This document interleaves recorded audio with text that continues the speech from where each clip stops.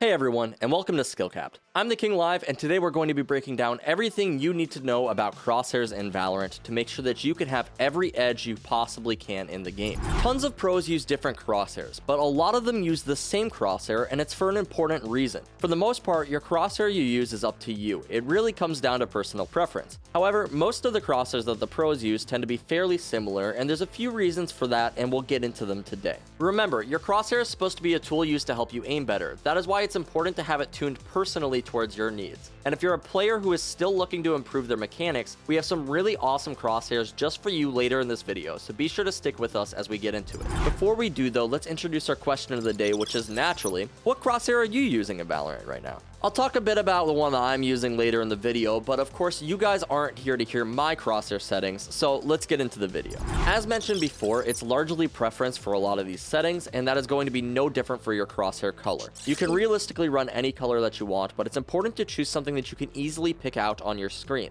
There have been a few pros that I've heard who change their crosshair depending on the map, but for the most part, it's incredibly apparent that white is the preferred crosshair color, followed by cyan and green. Surprisingly, out of the 23 players I looked at, 11 of them actually used white crosshairs. 5 of them used green, 5 of them used cyan, and the other 2 used yellow and red. You may be thinking, King, why white? It's hard to see on most maps. To which you'd be sort of correct. On some maps, having a white crosshair can be difficult to see. Namely, on Split, there is a lot of white in the background, so you may lose track of your crosshair at the beginning. But honestly, after a bit of time playing the game, this becomes a lot less common. The more you play the game, the more you develop a sense of where your crosshair is on your screen, and it becomes a bit more difficult to lose track of it. The game really becomes less about looking at your crosshair and more about looking at your target and using your muscle memory to land your shots instead. However, with that being said, many pros who run white crosshairs also use outlines at the same time, making it so even on backgrounds where the white blends in, the black outlines may stand out more. If you decide to use a crosshair that can be difficult to see at times, I highly suggest using an outline to make it just a little bit easier on you. This is likely part of the reason white is so common, since white and black are complete opposites. On parts of the map where white blends in, the black should definitely stand out. One thing I want to mention as well is you may have noticed I haven't given you any specific crosshair settings yet. And don't worry, we'll give you a bunch of specific pro settings at the end of the video. However, I really want to encourage you to experiment with your own crosshair and find things that feel comfortable for you. Just because your favorite pro uses a crosshair doesn't mean it will be the most comfortable for you. And that's why I took the time to compile what is common among most pros so that you can make the best judgments based on yourself. And with all of that said, before we move on to the most common crosshair by far, if you guys are looking to get the biggest advantage in Valorant, I highly suggest you check out our hyper improvement system. We have up-to-date lineups, courses on how to climb with all agents, Smurf commentaries where a higher rank player walks you through how to carry in your rank, and so much more. Come join over 500,000 satisfied members, improve that KDA, and get the rank that you've always wanted at skillcapped.com. Link in the description below. Anyway though, moving on to the most common crosshair you'll generally see among pros, and this actually comes in 2 variations. The first one is the 1422 crosshair. For most players who don't know, the numbers here are going to refer to the inner lines, opacity, length, thickness, and offset in that order. Sometimes pros will mess around with outer lines, but for the most part, every single professional Valorant player uses a static crosshair with no firing error, no movement error, and most of them do not have a center dot. This means that those 4 numbers are most of the time all that you need to be able to copy a pro player's settings, which is really nice for convenience when switching between your favorite crosshairs. This particular 1422 crosshair is used by players like tenz, Nuke, Baby Bay, and Corey, as well as many others, and ironically, it's also the same crosshair I use as well. It's an incredibly standard crosshair, not too small and not too big. The color used depends on the player, but as a rule of thumb, I suggest you stick to the 3 colors I mentioned earlier: green, cyan, and white. Lastly, the pros who use this crosshair generally don't use outlines, but once again, if you're having trouble keeping track of the crosshair, maybe it's something that you want to try. However, if you're someone who feels like the 1422 crosshair isn't quite right, that is okay, because there are many players who use slightly different variations, where instead of having their offset at 2, they raise it to 3. This will leave a little bit more space in the center of your crosshair, making it easier for you to spot your target. Some pros prefer it this way, namely Spider and Mixwell use this crosshair.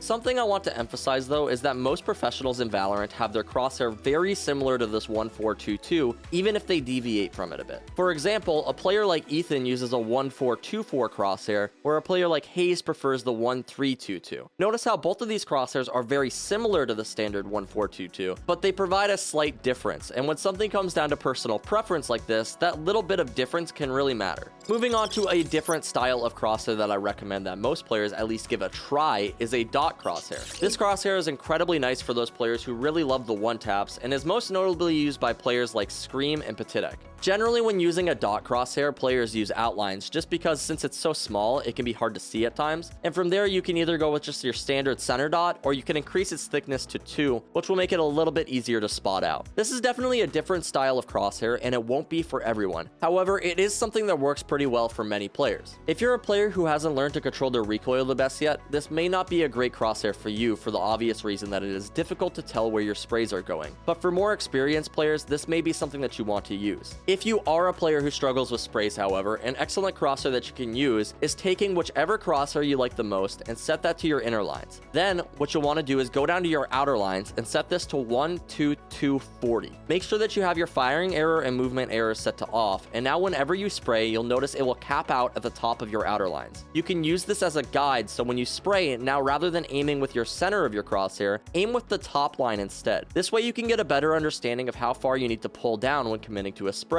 I suggest you practice this technique for a bit in the practice range on the flying bots outside to get a better understanding, but this is a great training wheels technique for newer players. Similarly, if you want to practice your counter strafing, you can do the same thing and turn on movement error for your outer lines. This will make it so your inner lines stay static, but your outer lines will still move when you're moving. This is really nice for getting the timing down when counter strafing, but I'm pretty sure most players already know this technique, so I will move on. For all of the players who are looking for specific pro crosshairs, I'm going to list a few of the outliers with footage of what they look like, and if you want to pick and choose your favorite form from the video, feel free to do so. Keep in mind, many pros do change their crosshairs from time to time, so this may not be 100% consistent with what they are currently using or could be using in the future. I got all of this info from prosettings.net, so if you guys want to look up your favorite player as well, I recommend doing so there. Anyway, here is Shrouds, Hikos, Ethans, tenz, Protos.